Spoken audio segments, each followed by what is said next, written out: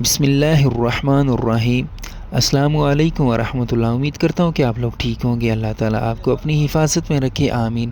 ماشاءاللہ خوبصورت جگہ اور اتھے ادا کرنے نبی کریم صلی اللہ علیہ وسلم نے خوبصورت الفاظ رسول اللہ صلی اللہ علیہ وسلم نزول قرآن کے وقت بہت سختی محسوس فرمایا کرتے تھے، اور اس کی علامتوں میں سے ایک یہ تھی کہ یاد کرنے کے لیے آپ صلی اللہ علیہ وسلم اپنے ہونٹوں کو ہلاتے تھے۔ ابن عباس رضی اللہ تعالیٰ عنہ نے کہا کہ میں اپنے ہونٹ ہلاتا ہوں جس طرح آپ ہونٹ ہلاتے تھے۔ سعید کہتے ہیں میں بھی اپنے ہونٹ ہلاتا ہوں جس طرح ابن عباس رضی اللہ تعالیٰ عنہ کو میں نے ہلاتے دیکھا، پھر انہوں نے اپنے ہونٹ ہلائے۔ ابن عباس رضی اللہ تعالیٰ عنہ نے کہا کہ پھر یہ آیات اتری کہ اے محمد، قرآن کو جلد جلد یاد کرنے کے لیے اپنی زبان کو نہ ہلاؤ، اس کا جمع کر دینا اور پڑھا دینا ہمارے ذمے ہے۔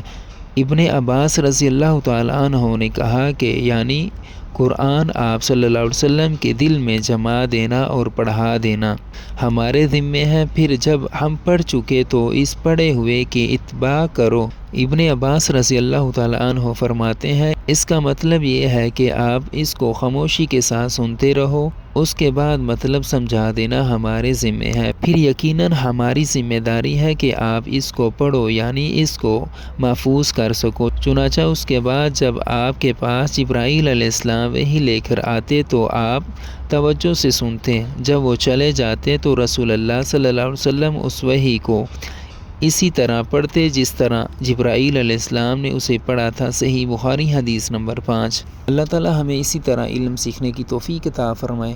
اللہ تعالیٰ ہمارے تمام گناہ معاف فرمائے۔ ٹھیک ہے، انشاءاللہ ملیں گے ایک نئی ویڈیو پہ۔ اللہ حافظ۔